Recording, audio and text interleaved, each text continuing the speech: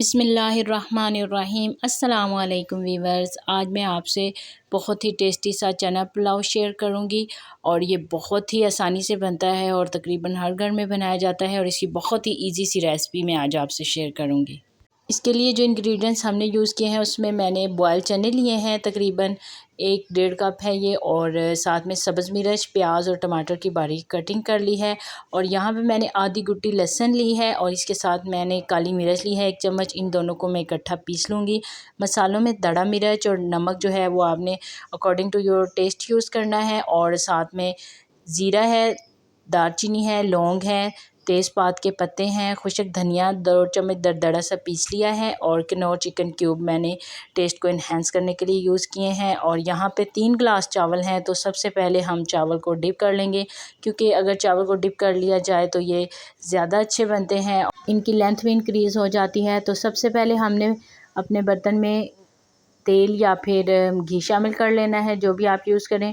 और सबसे पहले उसके अंदर हम प्याज शामिल कर लेंगे। यहाँ पे मैंने काली मिर्च और लहसुन को अच्छे से पीस लिया है और अब इसके अंदर मैं तकरीबन 1 कप पानी शामिल करूँगी और इसको अच्छे से मिक्स करके एक साइड पे हमने रख लेना है, क्योंकि इसका इस्तेमाल हम प्याज ब्राउन होने के बाद करेंगे।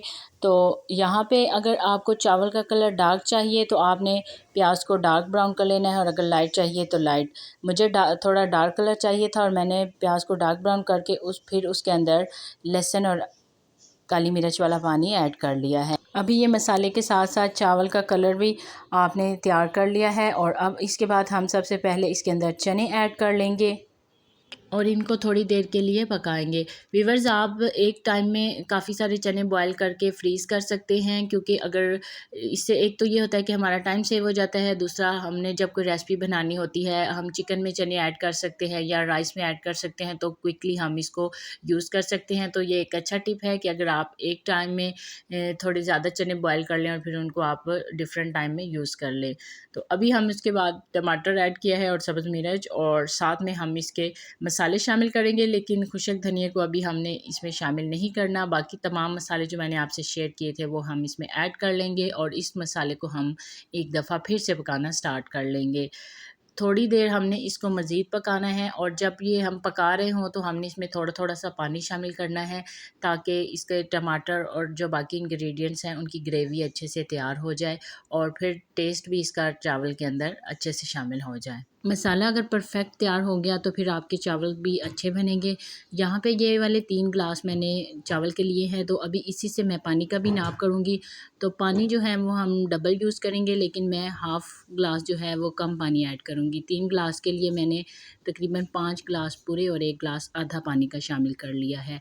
और अभी हम यहाँ पे इसके उबलने का इंतज़ार करेंगे, और साथ ही हम इसमें इस टाइम पे खुशक धनिया ऐड कर लेंगे और किनौर चिकन क्यूब भी इसी के अंदर ही ऐड कर लेंगे।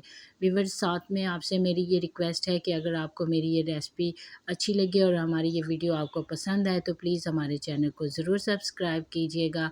और चावल डिप करने की वजह से अच्छे से फूल चुके हैं, तो अब हम इनको अच्छे से वॉश कर लेंगे, और पानी उबलना स्टार्ट हो जाए तो हमने उसके अंदर वॉश चावल जो हैं वो शामिल कर लेने हैं और अच्छे से हम इसको मिक्स कर लेंगे।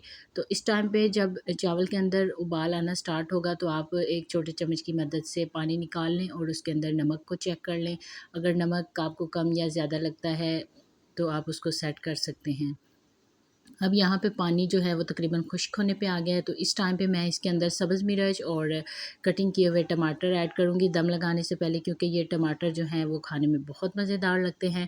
तो अभी हम इसको कवर कर लेंगे। और साथ में छोटा सा टिप कि आप चावल के दम लगाने से पहले अगर चूल्हे पे तवा रख लें तो इससे ये होगा कि चावल नीचे की तह जो है वो जलेगी भी नहीं और एंड तक हमारी जो चावल हैं खाने के काबिल होंगे और ज़ाया नहीं होंगे। तो आप देख सकते हैं कि 15 मिनट के दम के बाद हमारे चावल जो है बहुत खिल के बन के तैयार हो चुके हैं और इनका टेस्ट भी बहुत अच्छा बना है। आप भी इस रेसिपी को ज़रूर ट्राई कीजिएगा और मुझे कमेंट सेक्शन में बताइएगा कि आपको ये रेसिपी कैसी लगी। और अब हम इसको डिश आउट कर लेते हैं। हमारा ये चना पुलाव बन के बहुत ही मज़ेदार तैयार हुआ है, आप भी इसको ज़रूर ट्राई कीजिएगा। यहाँ पे हम इसको थोड़ा बहुत गार्निश कर लेते हैं, क्योंकि खाना मज़ेदार होने के साथ साथ अगर देखने में अच्छा लगे तो और भी खुशी होती है। आई होप आपको ये वीडियो अच्छी लगी होगी। Thanks for watching. Next video तक के लिए अल्लाह हाफिज़।